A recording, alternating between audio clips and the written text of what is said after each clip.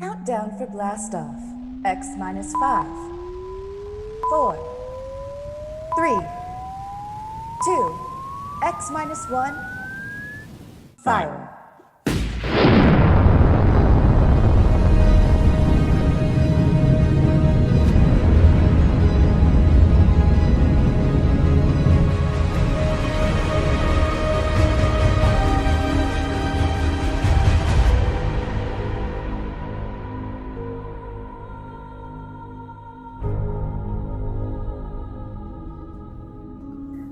From the far horizons of the unknown come transcribed tales of new dimensions in time and space. These are stories of the future, adventures in which you'll live in 1,000,000 could-be years on 1,000 maybe worlds. The National Broadcasting Company, in cooperation with Street and Smith, publishers of astounding science fiction, presents X minus 1.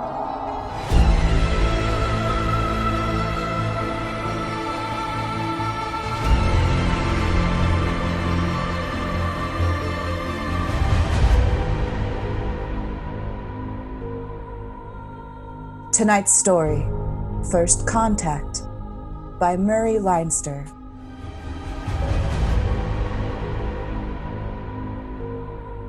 They had been in space 6 months now, moving with the incredibly faster-than-light speed of the overdrive. In 6 months, they had gone from Earth, outward and outward, to the crab-like nebula with the twin stars. A routine flight of exploration and scientific research.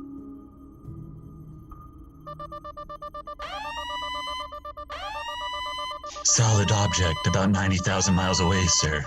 Located, Dort. Exactly. Identify it. A small object, sir. Captain, I've never seen anything like this before. Whatever it is out there is coming towards us at an incredible speed and retreating to zero just as rapidly. What's the mass of the object, Dort? Well, it varies with the distance from us, sir. Step up the scanners.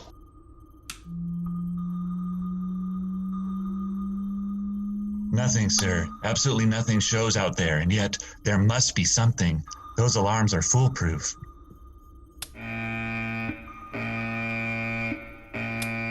Action stations. Man all weapons. Condition of extreme alert in all departments immediately. Captain, what is it? Dort, I ran into the same thing once before in the Earth-Mars run. We were being located by another ship, and their locator beam was the same frequency as ours. Every time it hit, it registered as something solid and monstrous.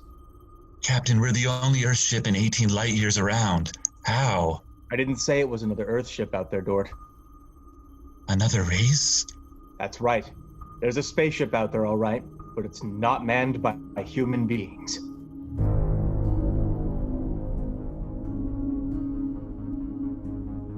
It had been contemplated and speculated upon.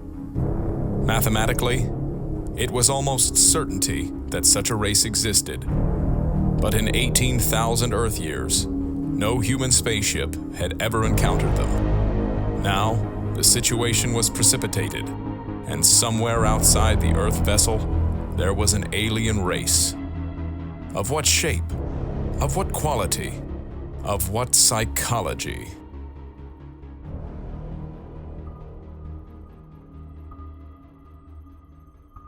It's moving, sir. Headed right for us.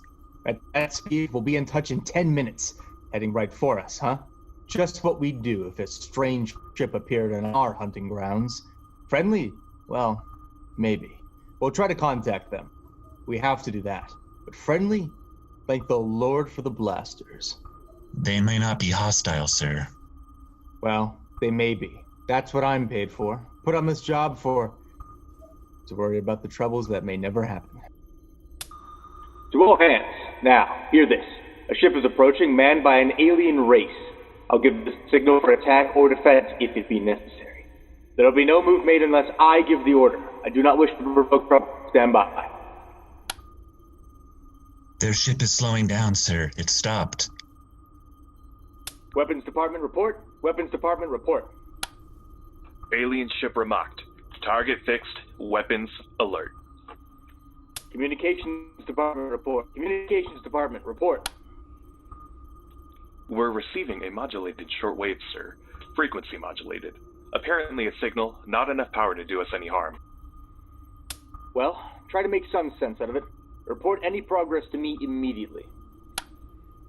One thing in their favor, sir, they didn't attack immediately without question.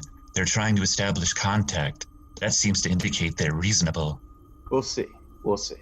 What are they doing now? Can you make out the locator screen? Bring that power up. They're doing something now, sir. There's a section of the hull opening. Probably an airlock, sir. If they breathe air. They're letting something out. It's round. A bomb, sir? Unknown object released from alien ship. Observed by weapons department and targeted. Stand by. See what they're doing, sir? They've left the object out there, right where they were, and now they're withdrawing the ship. There's no reason that object couldn't be a bomb. Mr. Dort, intended to let us think precisely as you're thinking right now. I just have a hunch, sir. I think they're friendly. I think whatever it is out there is a means of communication. You're probably right, but I won't gamble the ship on a probability.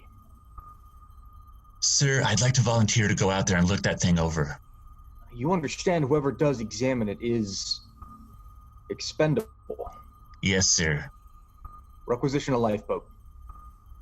If it's all right with you, sir, I'd prefer just a suit with the drive in it. It's smaller and the arms and legs won't make me look like a bomb. And I'll carry a scanner, sir. You may leave when you're ready. Thank you, sir.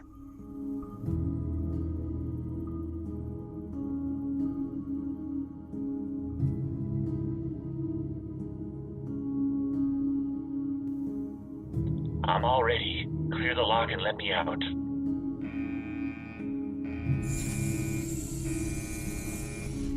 Weapons department reporting to the captain. Mr. Dort located. Mr. Dort is targeted. Stand by. If that object out there is a device to capture one of our people for observation and questioning, it'll be blown out of existence, including Mr. Dort. Stand by.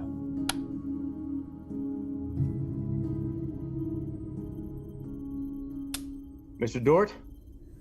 Mr. Dort, report.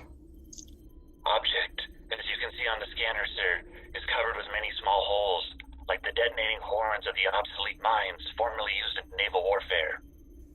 Is that their purpose, do you assume, Mr. Dort? I'm gonna find out, sir. I'm going to grab one. Mr. Dort? I'm here, sir. I don't think this is a mine.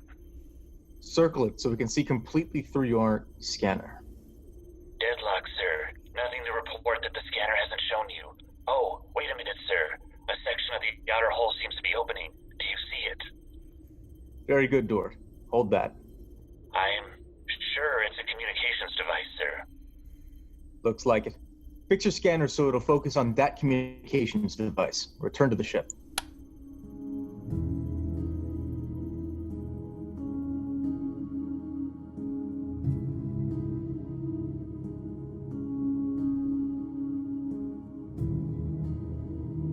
Communications Department. Communications Department, progress report, please. We've established communications, sir. Is there a psychologist on the team there with you? Yes, sir. Dr. Burns is working with us. Will both of you please report to the bridge at once?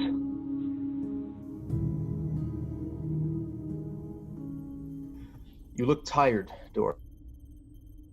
We've established fairly satisfactory communications, sir. They seem to have high developed thought patterns. We got a satisfactory translation from the machine on the 4th attempt. We can say almost anything we want to say to each other now. Of course, how much of what they tell us is the truth, we have no way of knowing. Mr. Burns, you're the psychologist. What do you think? Well, I don't know, sir. They seem to be completely direct. They haven't let slip even a hint of the tenseness we know exists. They act as if they were setting up a means of communications for friendly conversation, but, well, there is an overtone that... Yeah? Well, Mr. Burns, I have a decision to make. On the one hand, opening contact with the friendly people of a vastly different culture could only be beneficial to us of Earth. On the other hand, if they're hostile, I ought to blast them out of existence without any other preliminaries. Oh, but, sir, you can't. I'm not talking to you, Dort.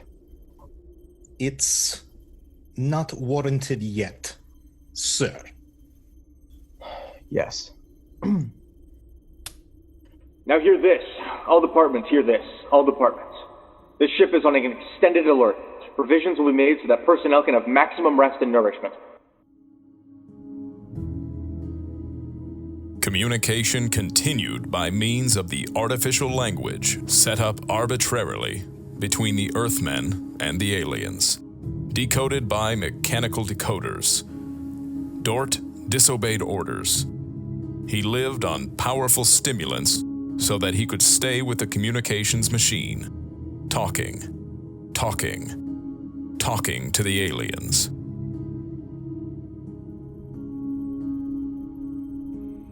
Other people, are we being received? We are receiving your message. The chief of this ship wishes to speak with the chief of your ship.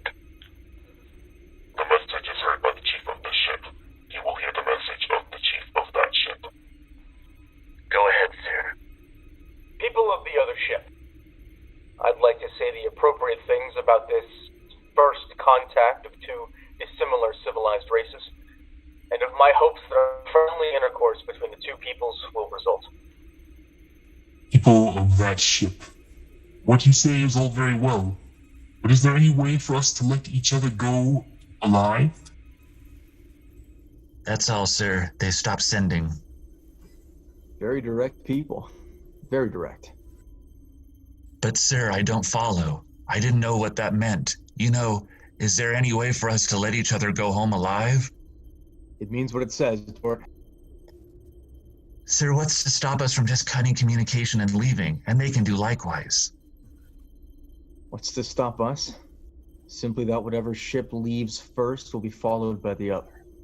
If they find Earth and get back to their own planet, and we don't know where that planet is, Earth will be completely at their mercy.